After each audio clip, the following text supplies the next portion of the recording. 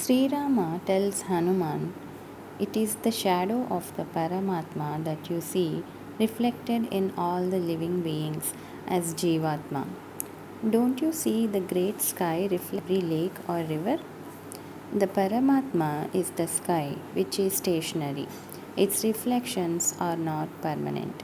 Just as the sky alone exists, so also the Paramatma, which is the Supreme Brahman, is the only reality. All the visible living things are only its reflections. I am the Paramatma and you are the reflection of mine.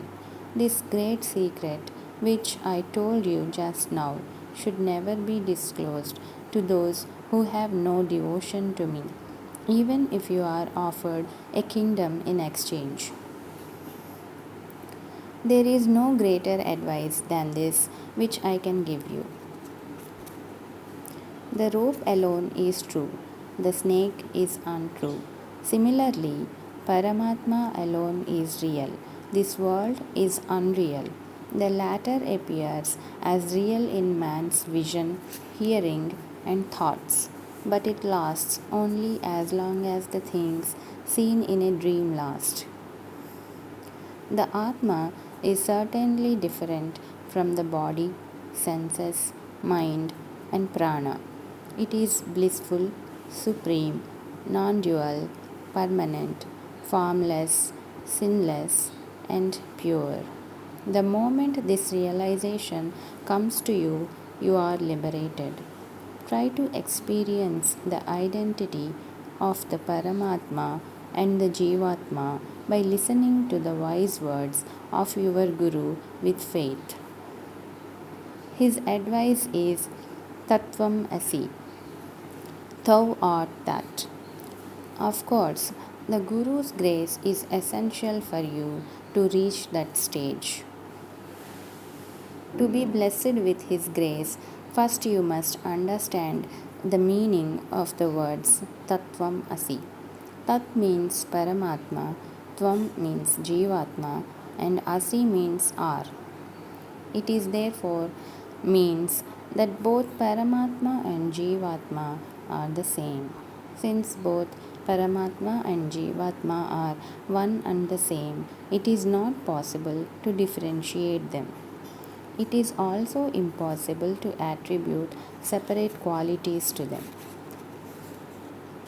The body, which is made up of the five elements and which is limited and perishable, is different from the Atma. Atma is without beginning and end. It is indestructible. It creates this body. Think well over this and try to know the Atma. By this process of neti, try to find out what exactly the Atma is. Thus, scrutinize the world, which is a mixture of good and evil.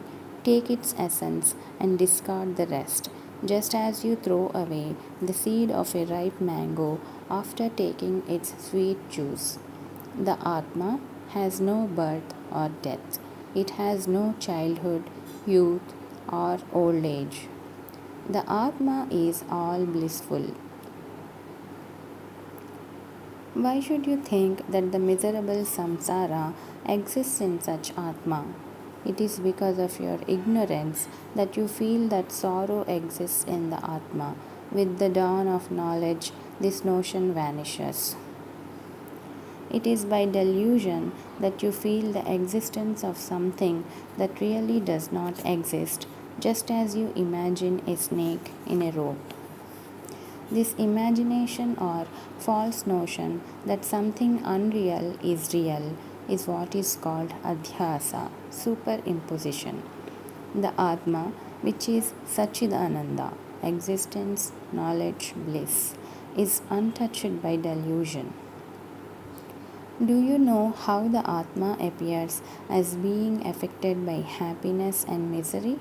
Just as a piece of iron which is heated in fire appears to be fire itself, the Atma, when reflected in Buddhi, makes us feel that it is affected by joys and sorrows. In fact, the Atma is unaffected. When you truly understand the Atma, which is your true self, is without any attribute or attachment, you would give up your identification with your body, which is inert and impermanent. So seek the true nature of the Atma.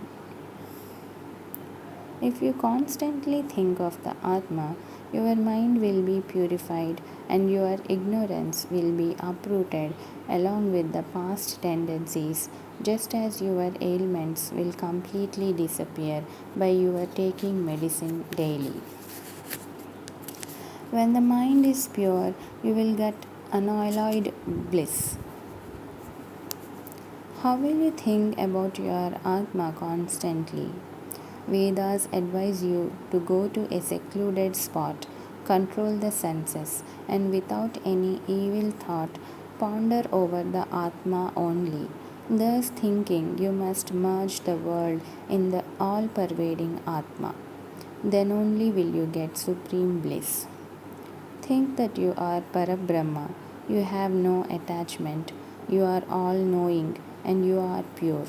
Always feel like this and establish your oneness with the Paramatma and derive bliss within yourself without caring to know what is outside of you. Then you will remain as calm and independent as the sea without the restless waves. A yogi who spends his days thinking of the Atma alone has to live until his prarabdhas are exhausted. After that, he will merge in me, the Paramatma.